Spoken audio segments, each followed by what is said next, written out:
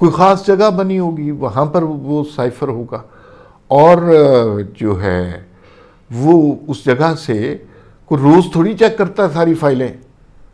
آپ وزیر اعظم ہاؤس میں جائیں یا کسی نئے آفس میں جائیں، ساری فائلیں روز چیک کرتے ہیں کہ آج یہ والا پیپر کم ہے، آج یہ والا پیپر کم ہے. اور یہ تو کسی کے وہم و گمان میں ہی نہیں تھا کہ سائفر غائب کر دیا جائے گا، لیکن سائفر غائب ہے.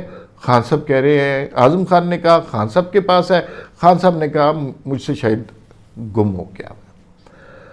اب ہم اگر دیکھیں کہ سائفر کے حوالے سے جو کہانی بنائی گئی، پہلے تو فوج کو امریکہ کا پٹھو ثابت کیا گیا، پھر اس کے بعد میر جعفر، میر صادق، جانور، گیدڑ، اور کیا کچھ کہا گیا، آصف زرداری ملا ہوا ہے، یہ امریکہ کے، کیا ہم کوئی غلام ہیں؟ Absolutely not. وہ سارا کچھ ہی ڈرامہ تھا، خود ہی تخلیق کیا تھا، اور اس کے ثبوت ابھی مزید آنے ہیں.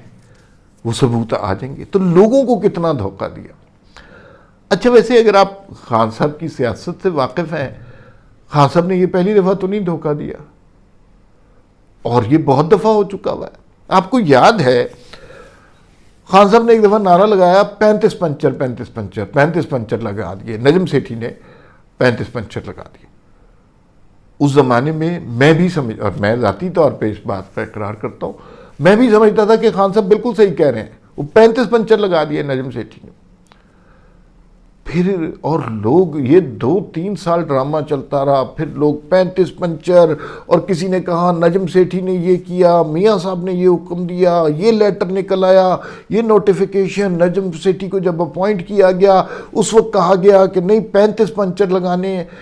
اس طرح کی باتیں 2-3-4 سال تک بجتی رہی، 35 پنچر 35 پنچر 35 پنچر.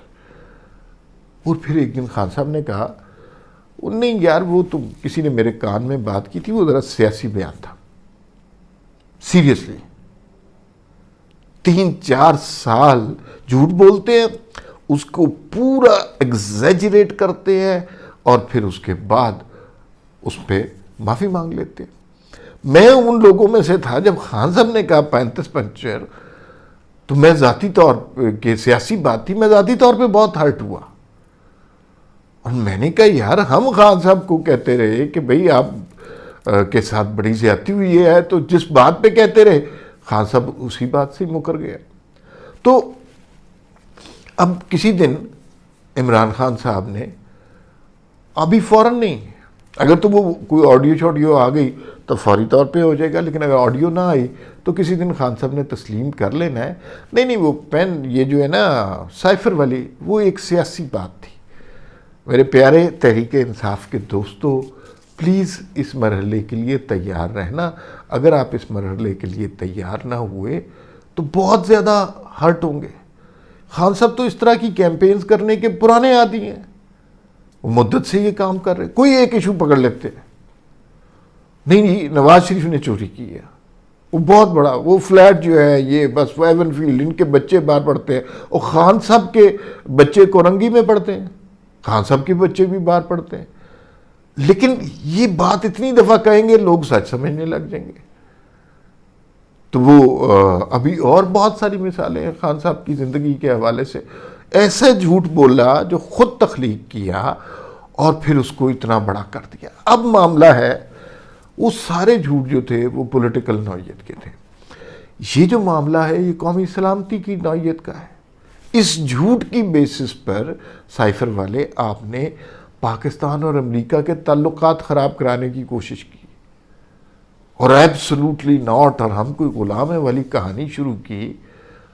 بعد میں پتہ چل رہا ہے کہ وہ تو خود شروع کی ہوئی ہے، اور اس سے پاکستان کو کتنا نقصان ہوا. اب امریکہ کے لوگ وضاحتیں دے دے کے تھک گئے بھائی یہ، اور وہ ہنستے ہوں گے ہم پہ کہ یار کیسا جوکر قسم کا لیڈر بنا. تو خیر، سائفر اب خان صاحب کے لیے مسئلہ بنتا جا رہا ہے، اور آنے والے دنوں میں اس مسئلے کی شدت میں اضافہ ہوگا. لانگ مارچ کی کال نہیں دی. کل جو وارنٹ والی بات ہوئی اس سے بھی حکومت نے جج کر لیا، کروڑوں لوگ کوئی نہیں آئے. پھر جو ہے آگے ہم نے دیکھا کہ توشہ خانہ کا کیس بھی آ رہا ہے، وہ بھی اوپن اینڈ شٹ کیس ہے، کوئی نہیں پیسے جمع کرائے، اس کے بھی کاغذ اویلیبل ہوں گے کہیں نہ کہیں، وہ جو ٹکوزیاں اور ٹی شرٹ اٹھا کے لے گئے ہیں تو وہ بھی کہیں نہ کہیں کاغذ ہوں گے۔ تو اب حکومت کے پاس دو چیزیں ہیں، جیسے ہی خان صاحب لانگ مارچ کا اعلان کریں گے، تین چیزیں میرے خیال میں ہوں گی۔ پہلی بات تو یہ ہے توشہ خانہ کے حوالے سے گرفتاری ہو سکتی ہے، سائفر کے حوالے سے ایف آئی اے رانا ثناء اللہ کے انڈر ہے اور وہ اپنی کارروائی کریں گے۔ تیسری بات یہ ہے کہ جیسے ہی خان صاحب نے زیادہ انتشار وغیرہ پیدا کرنے کی کوشش کی، پنجاب میں تبدیلی ہو جائے گی، اور اس لیے کہ بھائی وہ جو ان کے لوگ ہیں وہ تو پہلے ہی کہیں ادھر ادھر سے اٹھ کے آئے ہوئے ہیں، وہ کوئی اینٹی اسٹیبلشمنٹ وغیرہ نہیں ہے، وہ تو بھائی خفیہ کالوں پہ ہی سارا کام ہوتا رہا، انہیں ٹکٹ ملے ہیں تو وہ اب حکم کی سرتابی کیسے کر سکتے ہیں؟ تو کسی نے ہلکا سا اشارہ، کوئی فون بھی نہیں کیا، ہلکا سا اشارہ بھی ہو گیا، ساروں کے ساروں نے دوڑ جانا، اور انہوں نے کسی کوئی کہتا ہے پرویز الہی اپنی جماعت بنا لیں گے، کوئی کچھ کریں گے۔ بہرحال پنجاب کی حکومت جیسے ہی جائے گی، کیونکہ اس سٹیج پہ جب اکانومی ذرا سی ریکوری کی سٹیج پہ پہنچی ہے تو ملک میں انتشار پھیلانے کی اجازت نہیں دی جائے گی۔ تیسری بات، خان صاحب کے کوچ کا بڑا ذکر ہو رہا ہے، ہر بندہ ہی اٹھ کے بات کر لیتا ہے، وہ اس سوسائٹی میں تو جرأت ہی نہیں ہوتی تھی کسی کی یہ بات کرنے کی۔ جو نواز شریف نے ذکر کیا تھا جنرل باجوہ کا، جنرل فیض کا، وہ ہماری تاریخ کا بہت بڑا واقعہ تھا اور بڑا اپریشیبل واقعہ تھا، لیکن اب تو کھلم کھلا ڈسکس ہو رہے ہیں جنرل فیض صاحب، اور ظاہر ہے عمران خان کے ساتھ وہ رہے ہوئے ہیں۔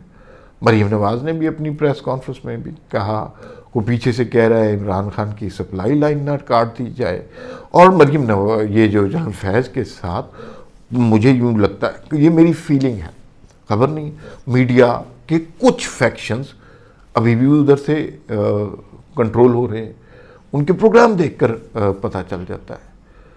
تو کیا کوچ کو مثلا اگر یہ سارا پلان سائفر شائفر اور توشہ خانہ، عمران خان، ان کو اگر کوئی سزا ملتی ہے تو کیا کوچ کو معاف کر دیا جائے گا؟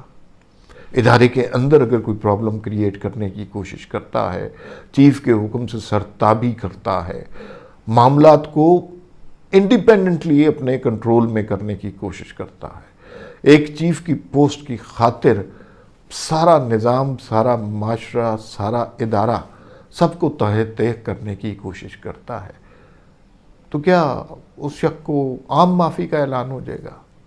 ادارے کی طرف سے کوئی سزا نہیں دی جائے گی، اور ادارے کی طرف سے جو سزا ہوتی ہے اس کو عرف عام میں کورٹ مارشل کہا جاتا ہے۔ پتہ نہیں ہوتا ہے کہ نہیں، لیکن ایک بات ہے کہ کھل کر ان کے اوپر کرٹیسائز ہو رہا ہے، اور اس کی کوئی ممانعت نہیں ہے، کوئی اس سے منع نہیں کر رہا۔ پھر ملاقات ہوگی، اللہ حافظ۔